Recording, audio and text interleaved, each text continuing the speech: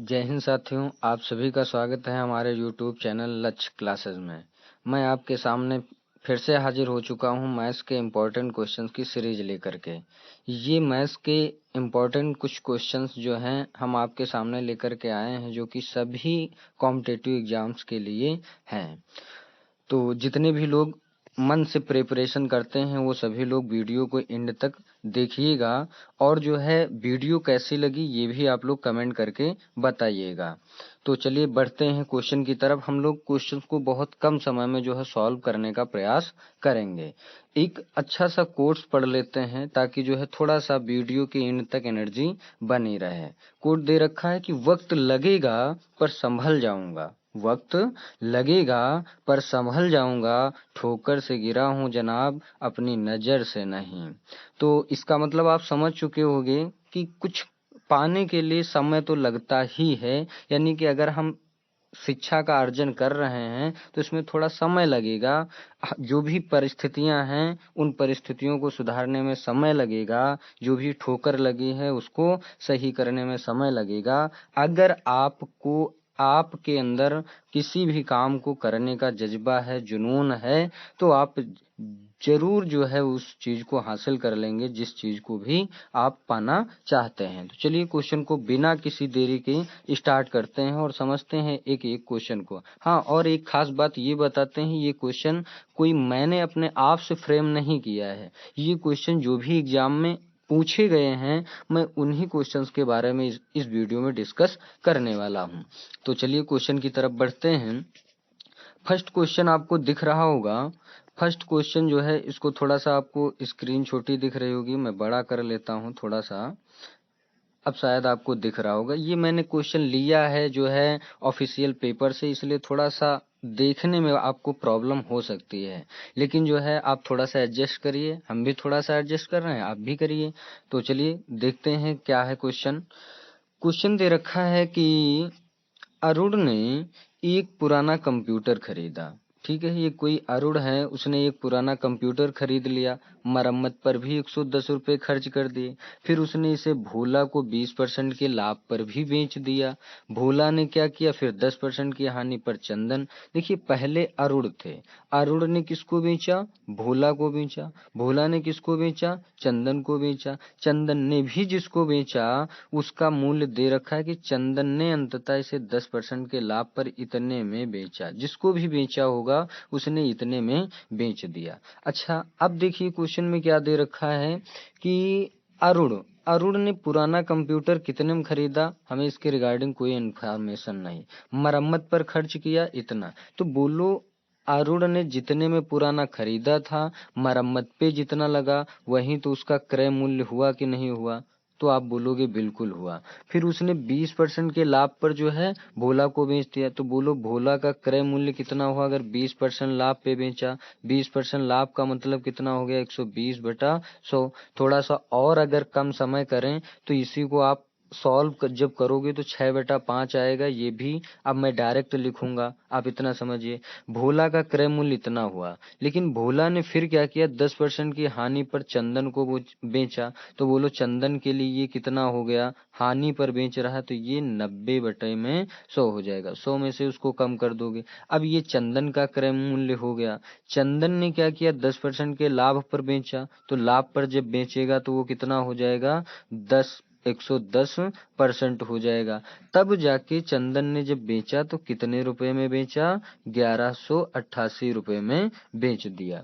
अब इसको आप सॉल्व कर लीजिए। 2 जीरो से ये 2 जीरो कट गए। आप बोलोगे बिल्कुल 20 पंजे 100 और 20 छक्का 120 हो गया, और 20 पंजे ये 100 हो गया, ये भी कट गया।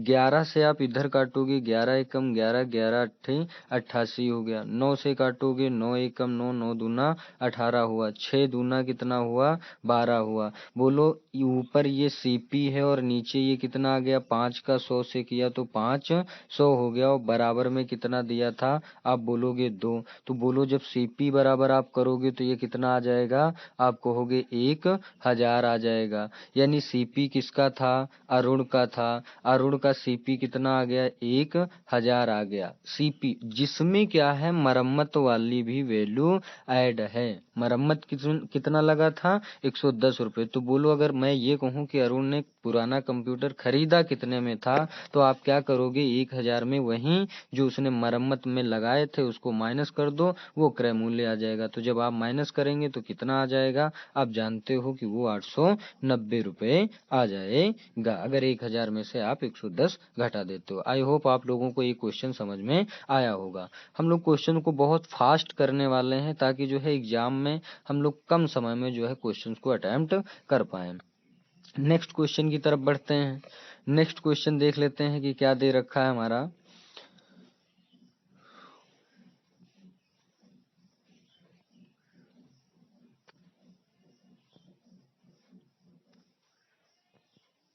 नेक्स्ट क्वेश्चन दे रखा है, इसको भी थोड़ा सा बढ़ाना पड़ेगा या ऐसे ही आपको दिख रहा होगा, ठीक है, थोड़ा सा एडजस्ट कर लीजिए। कि एक पंक्ति में 5 संख्याओं का औसत कितना दिया है, 309 दिया है। 5 संख्याओं का औसत कितना दिया है, 309, और 2 संख्याओं का औसत कितना है, 431 है। अगली 2 संख्याओं का इतना है, तो कह रहा ठीक बीच वाली संख्या बताना है। अब आपको क्वेश्चन का मतलब समझ में आ गया होगा कि ये पूछना क्या चाहता है। तो देखिए ये कोई 5 संख्या है, 1 2 3 4 और ये 5। इन पांचों का जो क्या है, जो औसत है वो 309 है। तो बोलो योग कितना होगा। अब आपको एक फार्मूला पता होगा, औसत बराबर होता है योग बटे में संख्या। तो योग बराबर कितना हो जाएगा, योग बराबर हो जाएगा आपका कितना, औसत गुणे में संख्या, जितनी भी संख्या होंगी। तो बोलो सम कितना आ जाएगा इन पांचों संख्याओं का। तो आप बोलोगे इन पांचों संख्याओं का सम आ जाएगा 5, यानी संख्या गुणे में औसत, जो कि कितना हो जाएगा, आप बोलोगे ये 45 हुआ, ये 5 तिया 15 हो गया, 1545। ऐसे ही 2 संख्याओं का जो सम है वो कितना कह रहा है, यहाँ पे 431 है। तो 2 गुणे में ये 431। तो बोलो 2 संख्याओं का योग कितना हो गया, आप बोलोगे 862 हो गया। फिर अगली 2 संख्याओं का जो औसत दिया है, वो 2 संख्याओं का औसत दिया है 231.5, जो कि कितना हो जाएगा, 400 जो है 63 हो जाएगा।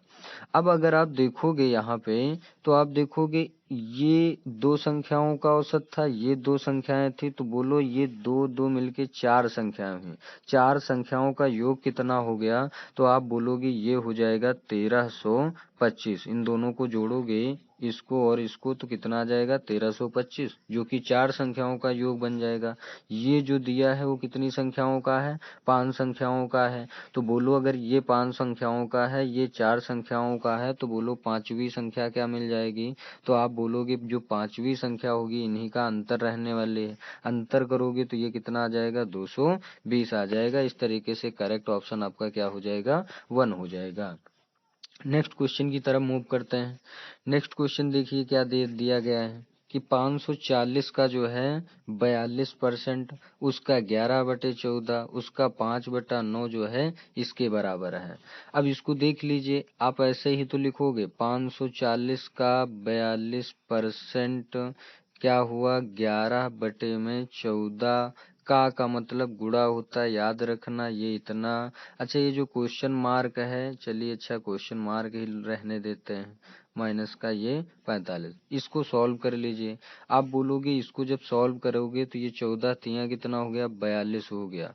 ये करोगे तो ये कितना हो गया, ये आप बोलोगे 9 से काटोगे, 9 छक्का 54, 0 से इसका ये 0 1 कट गया, इस 5 से ये 2 बार चला गया, 2 से इसको काटोगे ये 3 बार हो गया। तो ऊपर आपका कितना बचा, ये 3 ये 3 ये 11 बचता है। तो इस तरीके से इधर साइड में अगर आप देखोगे तो ये कितना हो जाएगा, ये सभी गुणे में थे, 3 तिया 9 और 11 कितना हो गया, आप बोलोगे 99। उधर साइड में कितना है, क्वेश्चन मार्क का स्क्वायर माइनस का 45 है। बोलो क्वेश्चन मार्क का स्क्वायर करोगे तो कितना हो जाएगा, 99, 45 इधर आके प्लस हो जाएगा। 99 में 45 जोड़ोगे तो क्वेश्चन मार्क इधर था, स्क्वायर बराबर कितना आ गया, 144 आ गया। क्वेश्चन मार्क की वैल्यू केवल कितनी हो जाएगी, 12 हो जाएगी। सो करेक्ट आंसर आपका कितना हो जाएगा, 12 हो जाएगा। नेक्स्ट क्वेश्चन की तरफ बढ़ते हैं। नेक्स्ट क्वेश्चन आपको दे रखा है कि एक व्यक्ति ने 500 रुपए में खरीदी कुर्सी एक खरीदी, 25% के लाभ पर बेचना चाहता है, तो कुर्सी को किस मूल्य पर वो बेचना, मतलब उसे बेचना चाहिए ताकि उसे 25% का लाभ मिले। कुर्सी थी 580 रुपए की, लेकिन वो 25% लाभ लेना चाहता है इस पे, तो 25% लाभ लेके उसको सॉल्व कर दीजिए। 25 से काटोगे ये 5 बार, ये 4 बार, 4 से इसको काट दोगे, 4 एकम 4 हुआ, 4 चौके 16 हुआ, 4 पंजे 20 हुआ। 145 का 5 से गुणा करोगे, 5 पंजे 25, 5 चौके 20, 2 22, 5 एकम 5 और 5 एकम 5, 2 7। तो इस तरीके से कितना आ जाएगा आपका 725 जो है करेक्ट आंसर हो जाएगा। नेक्स्ट क्वेश्चन की तरफ मूव करते हैं। नेक्स्ट क्वेश्चन आपको देखिए दे रखा है कि 140/9 मीटर पर सेकंड की चाल से गतिमान एक ट्रेन इतने सेकंड में एक खंभे को पार करती है, तो ट्रेन की लंबाई बताना है। अच्छा, जब भी ये किसी ट्रेन के खंभे किसी खंभे को पार करेगी या किसी भी जो है व्यक्ति को पार करेगी, तो उसकी जो है लंबाई को ऐड नहीं किया जाएगा। लेकिन अगर किसी पुल को, सुरंग को इत्यादि को ये जो है मतलब पार करती है, तो उसको भी ये ऐड कर लेता है। तो अब यहाँ पे आप देख लीजिए क्या दे रखा है, आपको ट्रेन की लंबाई बताना है। इसके लिए आप क्या कर लेना, जो दूरी होगी वही क्या हो जाएगी, ट्रेन की लंबाई हो जाएगी। तो दूरी बराबर हम लोगों को पता है, चाल गुणे में क्या होता है, समय होता है। चाल कितना दिया है, 140/9। समय कितना दिया है, ये आपका दे रखा है 427। कैंसिल करोगे इससे तो ये कितना हो जाएगा, 9 से कैंसिल किया इसको तो कितना हो जाएगा, आप बोलोगे 3 बार। 3 का जो है किससे करना है मल्टीप्लाई, इस जो है 140 से करना है। कर दोगे तो ये कितना आ जाएगा, ये आपका हो जाएगा 420 हो जाएगा, जो कि ट्रेन की लंबाई हो जाएगी। ये तो फार्मूले पर बेस्ड ही क्वेश्चन था। नेक्स्ट क्वेश्चन देख लीजिए क्या दिया है। नेक्स्ट क्वेश्चन दे रखा है कि डी और ई क्या है, दो पाइप हैं, अकेले अकेले एक को 26 एक को 78 घंटे में भर सकते हैं। यानी जो डी पाइप है वो 26 घंटे में और जो ई है वो उसको 78 घंटे में भर सकती है। ये दोनों पाइपों को एक साथ खोल दिया जाए तो टंकी को भरने में कितना समय लगेगा। ऐसे प्रश्नों को करने के लिए इनके समय का एलसीएम निकालते हैं।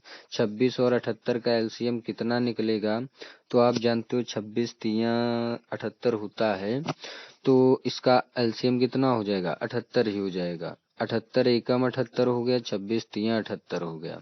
ये जो निकल के आया है वो क्या आ जाती है, इफिशियंसी यानी कार्य क्षमता। और ये जो होता है इसको हम लोग बोलते हैं टोटल वर्क। क्या बोलते हैं, ये होता है आपका टोटल वर्क होता है। जबकि ये जो निकल के आता है ये क्या होता है, इफिशियंसी यानी कि क्षमता होती है। क्या हो जाती है, इफिशियंसी यानी कि क्षमता हो जाती है।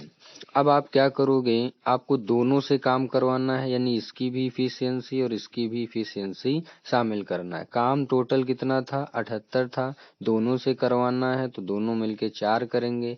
4 से डिवाइड करोगे तो 4 एकम 4 हुआ, 3 बचा, 4 9 36 हुआ। फिर उसके बाद कितना बचा, 2 और नीचे 4, 2 से ये 2 दूना 4, यानी इस तरीके से ये कितना आ जाता है, 19 सही 1/2 जो है घंटे ले लेगा, जो कि आपका करेक्ट आंसर हो जाएगा, ऑप्शन नंबर 3। नेक्स्ट क्वेश्चन की तरफ मूव करते हैं। नेक्स्ट क्वेश्चन दे रखा है कि एक नाव धारा की दिशा में एक निश्चित दूरी को 16 मिनट में और धारा के विपरीत जो है 24 मिनट समय लेती है। शांत जल में नाव की चाल 15 किलोमीटर प्रति घंटा हो तो धारा की चाल बताना है। हम सभी लोगों को पता है कि अगर धारा की दिशा में चलते हैं तो धारा की चाल और शांत जल की चाल जुड़ जाती है, विपरीत दिशा में चलते हैं तो वो अंतर ले लिया जाता है। तो यहाँ पे आप यही करेंगे कि जैसे शांत जल में चाल 15 है, अगर अनुकूल चल रहे हैं, मान लिया जो है धारा की चाल x है तो चाल इतनी हो गई, ठीक है।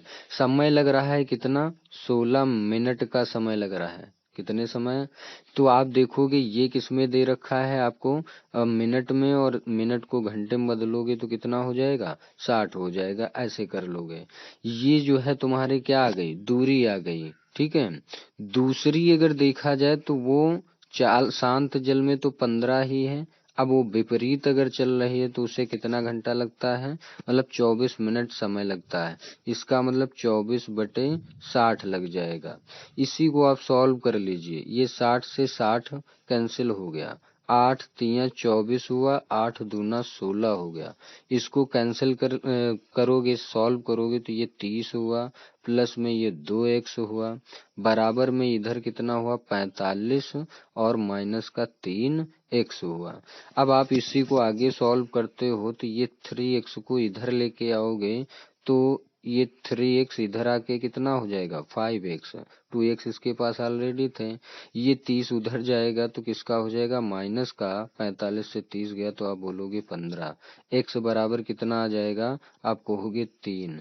x को ही हमने क्या माना था, आप बोलोगे x को हमने क्या लिया था, ये जो है धारा की चाल। तो इस तरीके से धारा की जो चाल होगी वो कितनी हो जाएगी, आप बोलोगे 3 किलोमीटर पर आवर हो जाएगी। आई होप आप लोगों को समझ में आया होगा। नेक्स्ट क्वेश्चन की तरफ बढ़ते हैं। नेक्स्ट क्वेश्चन में देखिए क्या दे रखा है, ये भिन्न दी गई है, इनका आपको एलसीएम निकालना है।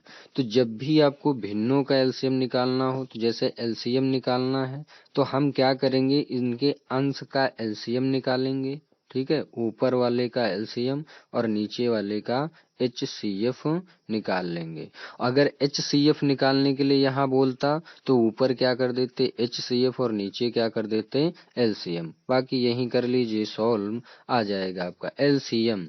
यानी किसका एलसीएम, ऊपर वाले का। ऊपर कितना है 3, 2 है, 3 है और 4 है। बोलो इसका एलसीएम क्या मिल जाएगा, तो आप भी जान रहे होगे इसका एलसीएम मिल जाएगा 12। फिर एचसीएफ की बात आती है। एचसीएफ किसका निकालना है, नीचे वाले का, यानी हर का 5, 7, 9। एचसीएफ जो क्या मिले, हाईएस्ट कॉमन मिले। आपको तीनों में कुछ कॉमन नजर आ रहा है क्या, आप कहोगे कुछ नहीं कॉमन है। तो जब कुछ नहीं कॉमन होता तो 1 ले लेते हैं। 12 में 1 से भाग दोगे तो 12 ही करेक्ट आंसर आपका आ जाएगा। नेक्स्ट क्वेश्चन की तरफ मूव करते हैं। नेक्स्ट क्वेश्चन देखिए दे रखा है कि 2020 में एक शहर की जनसंख्या इतनी थी, जनसंख्या वृद्धि की दर इतनी है, तो 2022 में 20 से 22 में कितने साल हो गए, आप बोलोगे 2 साल हो गए। जनसंख्या पहले कितनी थी, ये इतनी थी, इतनी थी। पहले साल में कितनी बढ़ी 8%, तो बोलो 108/100 होगा कि नहीं होगा। दूसरे साल भी 8% बढ़ रही तो मतलब तब भी कितना हो जाएगा 108% ही हो जाएगा। नीचे के जो 4 जीरो हैं ऊपर के 4 जीरो से कट करा दो। यहाँ यूनिट डिजिट कितना आएगा 8 8 64 आएगा। और ये जीरो से गुणा कराओगे तो पहले लास्ट में जीरो रहने वाला है, और फिर ये कितना हुआ 8 8 64 का 4 हुआ, और 4 का इस 2 से कराओगे तो यूनिट डिजिट पे कितना आएगा 8 आएगा। अब आप देख रहे होगे कि ये जीरो इसमें दिख रहा है और सेकंड नंबर पे 8 इसी में दिख रहा है। सेकेंड नंबर में 8 तो 3 जगह पे दिख रहा है, लेकिन जीरो जो है अगले स्टेप में कहीं नहीं दिख रहा है। तो इस तरीके से आपका करेक्ट आंसर क्या हो जाएगा 2 हो जाएगा। अब आप लोग इसको मल्टीपल करके भी देख सकते हो। बाकी ये मैंने शॉर्ट में थोड़ा सा कम समय में हो सके इसके लिए यूनिट डिजिट के आधार पर बता दिया है। नेक्स्ट क्वेश्चन की तरफ मूव करते हैं। नेक्स्ट क्वेश्चन देखिए आपको दे रखा है कि यदि ब्याज की वार्षिक दर को वार्षिक रूप से संयोजित किया जाता है तो इतने रुपए पर इतने की दर से 2 वर्ष के लिए दिया गया चक्रवृद्धि ब्याज कितना है। जब भी चक्रवृद्धि ब्याज निकालना हो, ये 10% रेट है। बोलो इसको फ्रैक्शन में क्या आप बदल सकते हो, 1/10। ब्याज वार्षिक रूप से संयोजित है। ध्यान रखना कोई चीज 10 थी पहले, ठीक है 10 थी, लेकिन ये क्या हो जाएगी, ये आपकी क्या हो जाएगी रियल वैल्यू हो जाएगी। 10 के बाद उसको 1 साल में कितने का ब्याज मिल गया, 1 का ब्याज मिल गया, तो बोलो वो कितना हो जाएगी 11 हो जाएगी। ऐसे ही ये कितने साल तक है, 2 साल तक है। फिर से ये 10 से कितना हुए, तो आप बोलोगे 11 हुए। अब इनका क्या करा लोगे, गुणा करा लोगे, तो ये कितना हो जाएगा 100, ये कितना हो गया 121। ये जो होता है ये आपका होता है प्रिंसिपल मूलधन, ये जो होता है आपका का वो होता है क्या, मिश्र धन, और इन्हीं का जो अंतर होता है वो होता है चक्रवृद्धि ब्याज होता है। इसी को आप सॉल्व कर लीजिए। अब आप देखोगे यहाँ पे मूलधन कितना दिया है, 24,000। यहाँ पे मूलधन कितना दिया है, 100 दिया है। इसका मतलब जो 100 बराबर है वो किसके बराबर है, 24,000 के बराबर है। तो बोलो एक किसके बराबर होगा, आप कहोगे 240 के। लेकिन हमें क्या निकालना था, CI यानी चक्रवृद्धि ब्याज। चक्रवृद्धि ब्याज का मतलब मैंने क्या बताया, मूलधन और मिश्र धन का अंतर। मूलधन है 100, मिश्र धन है 121, अंतर कितने का बना, आप बोलोगे 21 का अंतर। एक की वैल्यू अगर 240 है तो 21 की वैल्यू निकालने के लिए क्या कर दोगे, 240 का गुणा जो है 21 से करा दोगे। 21 से जब भी आप गुणा कराओगे तो ये 0 लास्ट में आना है, सभी में दिख रहा है ऑप्शन में। फिर 24 का 1 से करोगे, 24 एकम 24, जो कि आपको दूसरे डिजिट पर इसी में दिखाई दे रहा है। आगे आपको सॉल्व करने की कोई जरूरत नहीं है। आई होप आप लोगों को क्वेश्चन अच्छे से क्लियर हो रहा होगा। नेक्स्ट क्वेश्चन की तरफ मूव करते हैं। और वीडियो को जो है अगर अच्छा लगे तो जो भी पढ़ने वाले कॉम्पिटिटिव एग्जाम्स की प्रिपरेशन करने वाले लड़के हैं, ये वीडियो आप उन तक जरूर भेजिएगा, क्योंकि ऑथेंटिक क्वेश्चंस कराने वाले वैसे तो यूट्यूब में बहुत अच्छा पढ़ाने वाले हैं, मैं नहीं ये कहता, लेकिन जो है ऑथेंटिक जो है क्वेश्चंस कराने वाले लोग बहुत कम ही मिलेंगे। तो आप लोग जो है पढ़ने वाले बच्चों तक ये वीडियो लड़कों तक जरूर भेजिएगा। नेक्स्ट क्वेश्चन देखते हैं क्या दे दिया है। नेक्स्ट क्वेश्चन दिया है कि P एक कार्य का 1/2 भाग 10 दिनों में। बोलो P आधा भाग कितने दिनों में, 10 दिन में, तो पूरा भाग कितने दिन में करेगा, आप बोलोगे 20 दिन में करेगा। ऐसे एक क्यों है, क्यों 1/5 भाग जो है 4 दिनों में करता है। ध्यान दीजिए, इसमें अगर कोई प्रॉब्लम है तो ऐसे 1/5 भाग कितने दिनों में, 4 दिनों में। तो बोलो अगर मैं एक भाग बराबर करता हूं तो आप क्या बोलोगे, ये 5 इधर जाएगा, यानी कितने दिनों में हो जाएगा, 20 दिनों में हो जाएगा। तो क्यों भी कितने दिनों में कर रहा है, 20 दिनों में कह रहा है।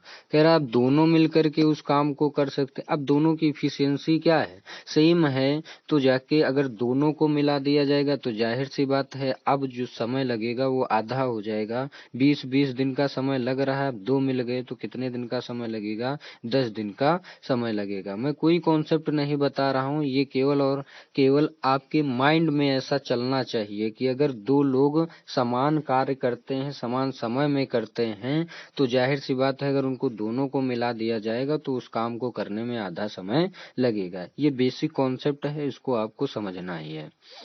नेक्स्ट देखिए क्या दे रखा है क्वेश्चन, कि एक दुकानदार ABC वस्तुओं को खरीदता है और उनको इतने इतने % के लाभ पर बेचता है। फिर क्रय मूल्य यानी जिन पर वो खरीदता है उसका रेशियो आपको दे रखा है। एक का कितना दिया है, 4, एक का दिया है 3, एक का 2 दिया है। बोलो मैं इसको ऐसे न लिख के ऐसे लिख लेता हूँ, 40, 30 और 20 सभी के साथ 0 जोड़ लिया, ठीक है, इसको सॉल्व करने के लिए। अब आप देखोगे पहले को वो क्या कर रहा है, 20% के लाभ पर बेच रहा है। बोलो इसको 20% के लाभ पर बेचोगे तो मतलब 40 का 120% आपको निकालना पड़ेगा, जो कि कितना हो जाएगा, 48 हो जाएगा।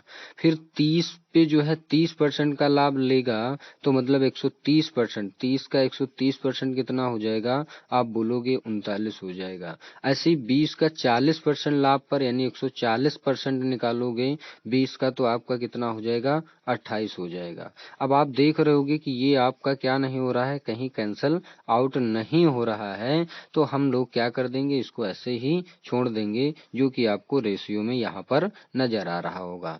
तो आज की वीडियो में बस इतना ही रखते हैं। आई होप आप लोगों को वीडियो अच्छी लगी होगी। अगर अच्छी लगती है तो लाइक, शेयर और कमेंट करते रहिए। पढ़ते रहना है, बढ़ते रहना है, क्योंकि हमें क्या करना है, अपने वक्त को बदलना है। क्योंकि कहा जाता है तुम्हारा तो वक्त आया था, अपना दौर आएगा। तो अपना दौर लाने के लिए हमें क्या करना होगा, शिक्षा का अर्जन करना होगा।